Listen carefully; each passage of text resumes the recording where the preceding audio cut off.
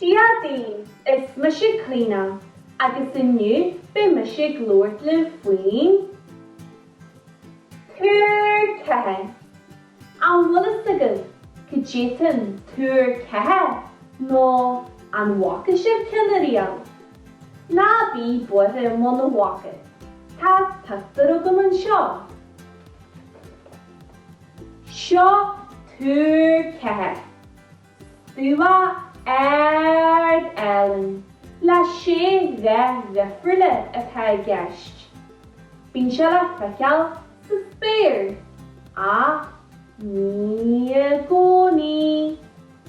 Bhfuil agad chéad darlann seo nó cén dóibh darlann seo.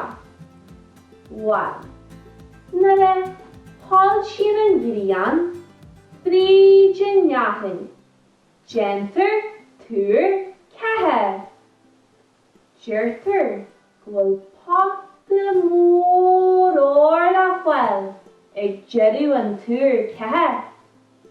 Aram sí sibse an páta mór. Tharam sí muise. Tá Tuar Ceatha Ellen le feiceáil sa spéir. Stúa Aithne na daithne go léir. Ag cuairtú a dhearú bíonn muid sa tóir ach ní aon duine bí an páta mór ór.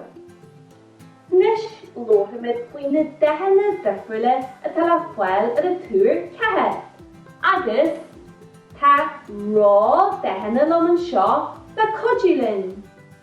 Siad na daithne atá gceist nó dearg, áraiste, buí, glas, garim agus cárcara. Ó se bhfuil na smuoitiú ar samplaí do na daithne sin. Well, dearg. Úla, tá úla dearg. Áraiste. Siimplí go leor. Áraiste. Buí. Sin an de a tuairme tílainne agus sin de na gréine. Glas. Well, tá roinnt dalagaí agam an seo agus tá siad sin glas. Garim. Sin de na spéire agus de na fáraige agus sin an de tuairme bhrístí géine agus cárcara. Well, tá boscad seo cárcara. Nis, cacu ceanna na daithne sin is fearr leatsa. Is smaoin lomsa an de buí. Nar is smuoitiam ar buí, smuoitiam ar an saoirú, an ghrian ag sáilsiú, agus na bleithe ag fuas na coimhin, go háirithe los an chromcin.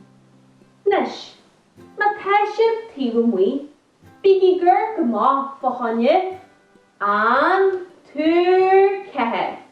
Ach cumnigí ní bhíonn sé ón na gcónaí, má aiceann sé bheith déanagí na daithne a chuntas, déanagí iarracht iad a ainmniu, agus ná déanagí dearmad an páta mór á a chuirtú.